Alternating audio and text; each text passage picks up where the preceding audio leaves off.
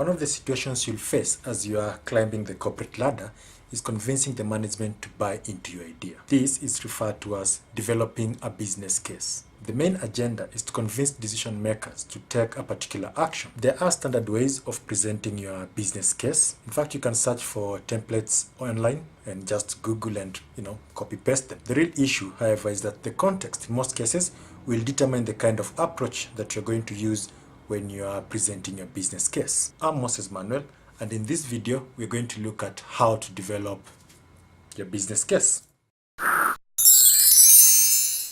There are three important components when you're developing your business case: benefit, cost, and time. So let's start with benefits. Now at this point you want to show the management the benefits or the advantages they're going to derive from accepting your project. It's important that you quantify the advantages. The one thing you should remember is that most ideas will just look good in your head.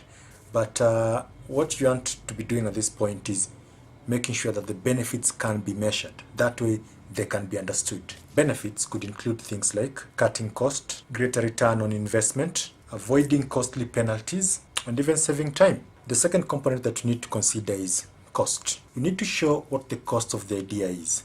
How many people will be involved? Are there any hidden costs? So the important thing at this point is for the management to understand how much it will cost them if they accept your idea. Now the third thing that your business case must show is time. You see, it's easy to forget time and just focus on cost and benefits. But that can be a problem. By time, I mean presenting when the cost will be incurred and for how long. You also need to show when the benefits will start materializing. You see, time is important. Okay, now look at this example. Supposing we incur the cost upfront, okay? We want to do this project and we already know how much it's going to cost us. But then the problem is we don't know when we are going to see the returns. What do you think the management is going to say about that? So at this point you're probably thinking, this is all good in theory, but how does it work? Now to understand how it works, let's look at an example. In fact, brace yourself. Let's talk about numbers. Say you have this idea of investing in an e-sourcing system that you want to present to your boss. The system has optimization cost of $100,000. It will increase the sourcing capability from 40 to 50 projects a year. The department will make twice the saving they're currently making, and the current average spent in a project is $200,000. Okay, this is what that will look like. Without the system, these are your numbers. So your normal 40 times 200,000, which is what you spend in a project, and that gives you 8 million. Let's assume you're saving 10% of that, so that gives you 800,000 in saving.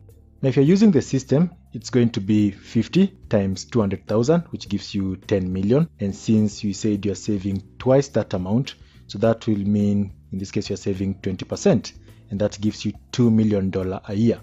The net financial benefit of implementing this plan is going to be 2 million minus 800,000, and that will be 1.2 million. So you may look at that example and say, yeah, the management is going to accept the project. But that is not necessarily the case. I mean, what if your boss asks you something like this? How far are you willing to go if we give you $70,000? What are you going to tell the boss? You see, you better have an answer. Now at this point, what you want to show your boss is the impact, okay? The impact of 70,000 as opposed to the initial 100,000 that you had requested for. Okay, so let's say you get the machine at 70,000 and say you're saving something like 15%, unlike the 20% that you would have saved had you got it at 100,000. Now what that means is that you're going to be saving 1.5 million a year, unlike the 2 million that you would have saved, again, had you got it at 100,000. How much money do you think you're losing here? That is what you want your boss to see. So at this point, the question you want to be asking your boss is, should you be throwing away 500,000 just so that you can save 30,000 at the moment? The point is, unless you defend your procurement business case, the management may never get to the point where they are understanding your idea. In conclusion, it's not just enough to have a business case. You have to anticipate what your audience is likely to ask.